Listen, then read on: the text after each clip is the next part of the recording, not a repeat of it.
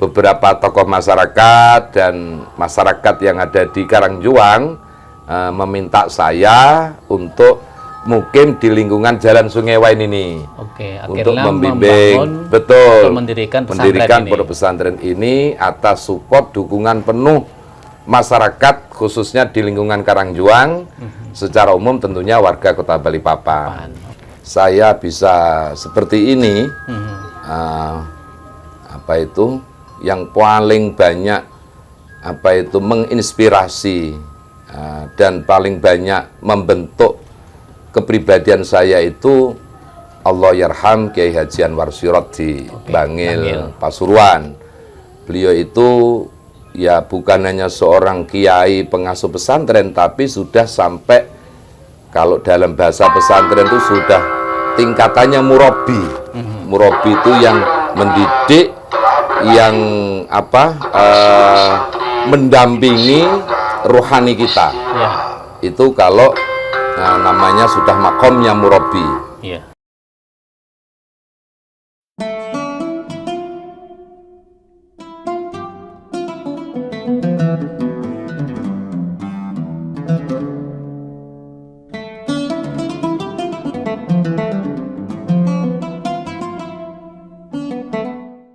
Kiai Haji Muhammad Muhlasin adalah salah satu ulama karismatik di Kota Balikpapan, Kalimantan Timur. Beliau dikenal luas sebagai tokoh Nahdlatul Ulama yang aktif dalam dakwah, pendidikan, dan kegiatan sosial kemasyarakatan. Sebagai Ketua Pengurus Cabang Nahdlatul Ulama Kota Balikpapan, pada masanya, Kiai Haji Muhammad Muhlasin berperan penting dalam menggerakkan organisasi dan membina umat. Di bawah kepemimpinannya, NU Balikpapan aktif dalam kegiatan keagamaan, penguatan akidah, serta aksi sosial kemanusiaan, termasuk penggalangan bantuan bagi masyarakat yang terdampak bencana dan pandemi. Selain aktif di NU Kaltim, hingga saat ini, beliau juga terlibat dalam kepengurusan Majelis Ulama Indonesia Kota Balikpapan, serta dikenal sebagai pengasuh Pondok Pesantren Al-Izzah yang terletak di kilometer 15 Jalan Soekarno-Hatta Poros Balikpapan, Samarinda. Melalui pesantren dan majelis taklim, beliau konsisten menyebarkan nilai-nilai Islam Ahlus Sunnah wal Jamaah yang moderat, sejuk, dan penuh toleransi. Dengan dedikasi di bidang dakwah, pendidikan, dan sosial kemasyarakatan, Kiai Haji Muhammad Muhlasin terus menjadi bagian penting dalam pembinaan umat Islam di Balikpapan dan Kalimantan Timur. Berikut kisah sang Kiai. Assalamualaikum warahmatullahi wabarakatuh. Tribuner, jumpa lagi di program Ramadan Kisah Sang Kiai. Nah, saya sedang bersama dengan Kiai Mukhlasin. Beliau adalah pengasuh Pondok Pesantren Al-Izzah di Kota Balikpapan, tepatnya berada di Jalan Sungai Wen, kilometer 15 Balikpapan Utara. Assalamualaikum Kiai. Waalaikumsalam warahmatullahi wabarakatuh. Apa kabar? Sehat? Alhamdulillah sehat-sehat. Ya, Kiai, alhamdulillah diizinkan saya berada di komplek pesantren Al-Izzah yang menurut saya luar biasa. Mungkin bisa diceritakan, ini pesantren cukup berada di pinggiran kota, di Kota Balikpapan. Ini kira-kira kapan Kiai ini Pondok Pesantren Al-Izzah ini berdiri? Ya, baik. Alhamdulillah, Pondok Pesantren Al-Izzah ini dulu berdiri pada tahun 2000. 2000. Ya, berdasarkan permintaan dari tokoh-tokoh masyarakat, beserta masyarakat khususnya di lingkungan Kelurahan Karangjuang, Balikpapan Utara. Betul ya. Oke. Nah, Kiai ini kan sebenarnya kan lahir di Blitar, Jawa Timur, Tribuner. Beliau juga alumni atau lulusan pesantren di beberapa pondok pesantren. Mungkin bisa diceritakan dulu Kiai, perjalanan Kiai dari Blitar, Jawa Timur, akhirnya kok terdampar lah di Kota Balikpapan, Kalimantan Timur ini Kiai. Iya. Begini. Alhamdulillah dulu memang benar saya lahir di Kota Blitar, tepatnya di satu kampung lah. yang kampung itu kebetulan di lingkungan pesantren. Betul, ya. Blitar kan dikenal dengan Betul. kota santri. Jadi Ya. ibarat kata kami kecil itu tumbuh memang sudah di lingkungan pesantren. Ya, otomatis orang tua mindsetnya juga anak-anaknya harus di nyantri. di pesantren. Ya, alhamdulillah pertama saya pesantren di tempat mbah saya sendiri, pondok pesantren Hidayatul Mustafidin. Oke. Itu di Kecamatan Melingi, Kabupaten Blitar. Setelah saya lulus MI, kemudian melanjutkan pesantren di pondok pesantren Raudhatul Ulum, Kencong, Pare, Kediri. Kediri. Betul. Setelah itu tahun 86 oleh orang tua kemudian dibawa merantau ke Balikpapan. Ya. Betul. Selang berapa lama kemudian, alhamdulillah ada tokoh ulama besar di Kalimantan, Ya. yaitu Allahyarham Profesor Dr. Kiai Haji Ahmad Sarwani Zuhri. Beliau sampai akhir hayatnya menjabat sebagai Ketua Umum Majelis Ulama Indonesia Kota Balikpapan. Oke. Beliau mendirikan pesantren tepatnya di kilometer 19. Al-Banjari. Pondok pesantren Syekh Muhammad Arsad Al-Banjari. Oke. Alhamdulillah saya sempat nyantri dengan beliau sampai tahun 90. Oke. Nah, Berarti setelah begitu datang ke Balikpapan, tetap di ujung-ujungnya nyantri juga. nyantri lagi Oke. di Pondok Pesantren Syekh Muhammad Arsad Al-Banjari. Nah, sampai tahun 90. Setelah tahun 1990, kemudian saya pindah lagi Ke pesantren di Jawa, Oke. di Pondok Pesantren Nurudzolam, Bangil, Pasuruan, Jawa Timur, yang diasuh oleh Kiai Haji Anwar Siroj, Allahyarham, sampai tahun 97. 97. Betul. Setelah itu baru kembali ke Balikpapan Balikpapan. lagi. Sampai tahun 2000 bersama dengan keluarga di kilometer 10. Setelah tahun 2000, beberapa tokoh masyarakat dan masyarakat yang ada di Karangjuang meminta saya untuk mukim di lingkungan Jalan Sungai Wain ini. Oke, Untuk akhirnya membimbing, membangun betul, atau mendirikan pondok pesantren ini atas support dukungan penuh masyarakat khususnya di lingkungan Karangjuang, secara umum tentunya warga Kota Balikpapan. Oke. Betul itu. Nah, pesantren diberi nama Al-Ijah. Pondok Itu Pesantren punya- Al-Ijah. Al-Ijah. Ya. Itu maknanya apa tuh, Kiai?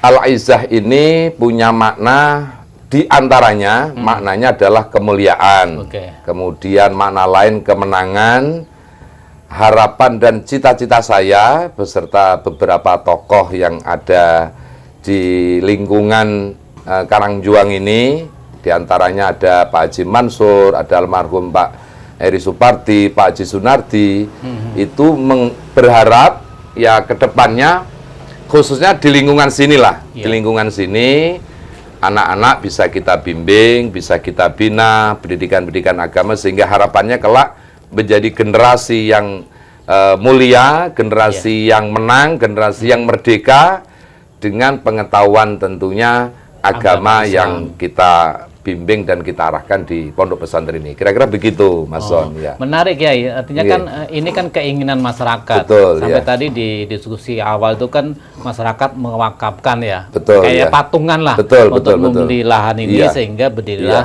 pesantren Al-Ijah Iya, ini. iya. Nah tadi kan juga ini kan ibaratnya pengen membentengi, ya kita boleh saja berarti ini ada lokalisasi yang jangan sampai masyarakat terkontaminasi, terpengaruh. betul, gitu. betul, ya. Kira-kira kayak. Iya, jadi memang dulu salah satunya pesantren itu berdiri di antaranya. Di antaranya. Kebetulan memang di lingkungan Kilo 15 itu dulu ada ekslokalisasi lah ya. Iya, iya. Tapi sekarang alhamdulillah sudah bersih 100% lah ya. Papan bebas. Betul ya. Jadi itu semua yang mendorong tokoh-tokoh masyarakat. Nah, sehingga masyarakat makanya 100%.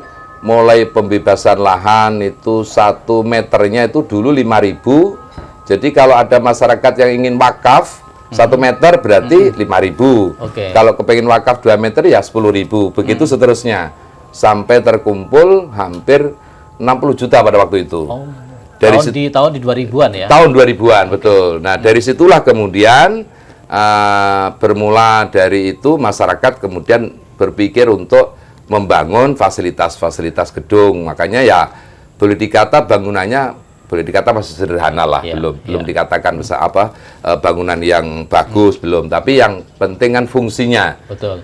Bahwasanya memang alhamdulillah dan cita-cita masyarakat dan kita semua alhamdulillah walaupun belum 100% minimalnya itu sudah terlaksana. Pertama kegiatan kalau di sore hari itu hampir 200-an lebih anak yang ikut kegiatan TKTPA sama Madrasah Diniyah. Kemudian di pagi harinya ada pendidikan PAUD, TK, dan ada SMK. SMK Cendekia Aliza, insya Allah pada tahun ini kita akan mendirikan SMP Cendekia Aliza. Dan kemudian kebetulan kita ini kan berdekatan dengan kampus ITK. Iya, iya. Ada beberapa mahasiswa ITK yang ikut mondok di sini, walaupun hanya beberapa lah.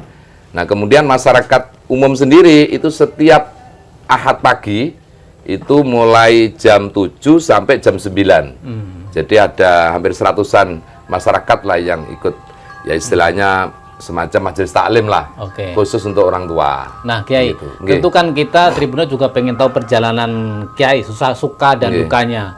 Tadi sampaikan bahwa lahir di lingkungan pesantren. Ya. Tapi kan ada kan anak muda nih kan ada yang justru memberontak, enggak mau nih pesantren. Nah, mungkin apakah memang masuk pesantren keinginan Kiai atau mungkin karena ya arahan orang tua dan akhirnya tentu akan ada bisa ceritakan deh suka dan dukanya dalam perjalanan menyantri lah sampai sekarang. Pastinya begini, tadi di awal saya sampaikan saya ini lahir memang di lingkungan masyarakat keluarga pesantren. Jadi ibarat kata itu bayi lahir itu yang dilihat tuh memang dunia itu hanya pesantren. Makanya ke pesantren itu suka ataupun tidak ya seolah yang kita lihat itu memang pesantren. Betul. Makanya kalau dikatakan kemauan siapa orang tua memang lebih kemauan diri sendiri yang itu muncul dari karena situasi, karena lingkungan, tradisi, betul. Iya, sehingga menurut keluarga kami, lingkungan kami pada waktu itu, pendidikan itu ya pesantren menurut pada waktu itu ya, karena zaman kan terus selalu berubah. Ya kalau suka dukanya pesantren itu ya tergantung ya suka duka itu. Tapi kalau pesantren itu memang sedikit berbeda dengan pendidikan di luar pesantren karena semua kan diatur mulai dari waktu mau tidur sampai bangun tidur dan banyak aturan-aturan yang harus ditaati yang semua itu tentunya para kiai, para pengasuh pesantren kan harapannya anak-anak yang dididik di dalam itu ya betul-betul bisa fokus untuk belajar, bisa fokus untuk ngaji. Apalagi pada zaman itu kan belum ada handphone, kemudian ya paling banter bawa radio lah, itu pun juga sembunyi-sembunyi itu sembunyi-sembunyi. Nggak ada hiburan sama sekali. Nggak ada hiburan sama sekali. Jadi ya justru mondok yang paling berat itu sekarang. Ya. Sekarang karena yang paling berat. Tantangannya sudah luar biasa. Kalau dulu mondok itu ya biasa-biasa saja. Bahkan kadang banyak anak yang merasakan lebih enak di pondok daripada di rumah, ya kan? Karena di pondok banyak teman, banyak kegiatan. Dan hiburan yang di rumah juga nggak ada hiburan kalau pada tahun-tahun itu. Teman banyak, begitu kira-kira. Kiai, tentu kan tadi kan nyantri di beberapa pesantren ya, di Blitar, Kediri, Bangil, Balikpapan. Mungkin ada sosok figur Kiai atau Ustadz Kiai yang sepertinya mengena di hati dan sampai sekarang saya harus mengikuti beliau gitu. Iya, memang saya kalau mengenang guru-guru saya itu memang ya gimana ya sangat apa, saya bisa seperti ini,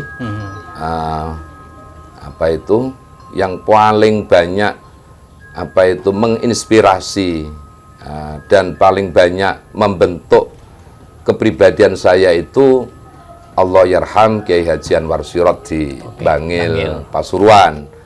Beliau itu ya bukan hanya seorang kiai pengasuh pesantren, tapi sudah sampai, kalau dalam bahasa pesantren itu sudah tingkatannya murabi.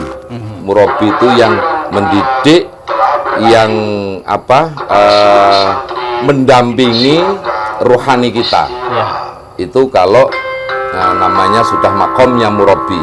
Ya. Nah, kemudian yang kedua, kesederhanaannya beliau, kezuhudannya beliau, itulah yang kemudian membawa dan membentuk kepribadian saya, walaupun tentu saya menyadari tidak mungkin bisa sempurna seperti guru-guru saya, ya kan, dengan tidak mengurangi guru-guru yang lain, karena kiai-kiai itu kan punya karakter, punya kekhasan tersendiri di antara satu sama yang lainnya, tapi saling melengkapi. Kalau Allahyarham Kiai Haji Ahmad Sarwani Zuhri itu mendidik dalam kedisiplinan, mendidik di dalam kepemimpinan. Makanya saya ya cukup lama Mas Son untuk berkiprah di organisasi itu, mulai ketua ranting NU sampai ketua PCNO Balikpapan 2 periode, sampai sekarang menjadi Katib Suriah PPNU Kalimantan Timur.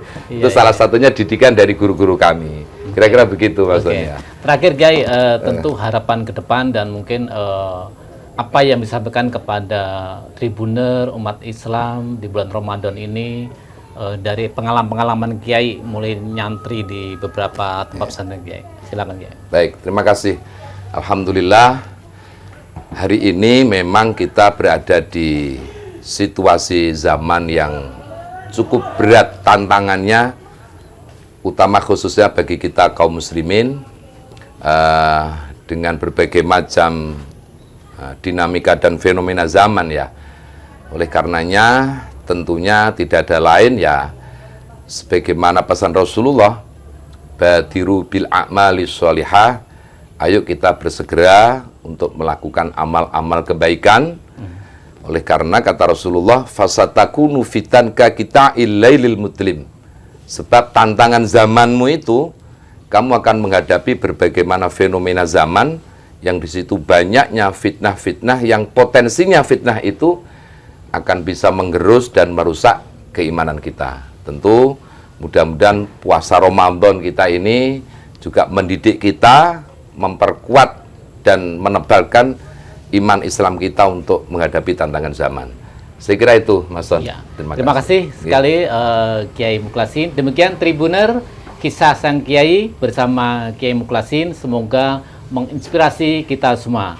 Jumpa lagi di kisah sang Kiai berikutnya. Wassalamualaikum warahmatullahi wabarakatuh. Waalaikumsalam warahmatullahi wabarakatuh. Download Tribun X sekarang, menghadirkan lokal menjadi Indonesia.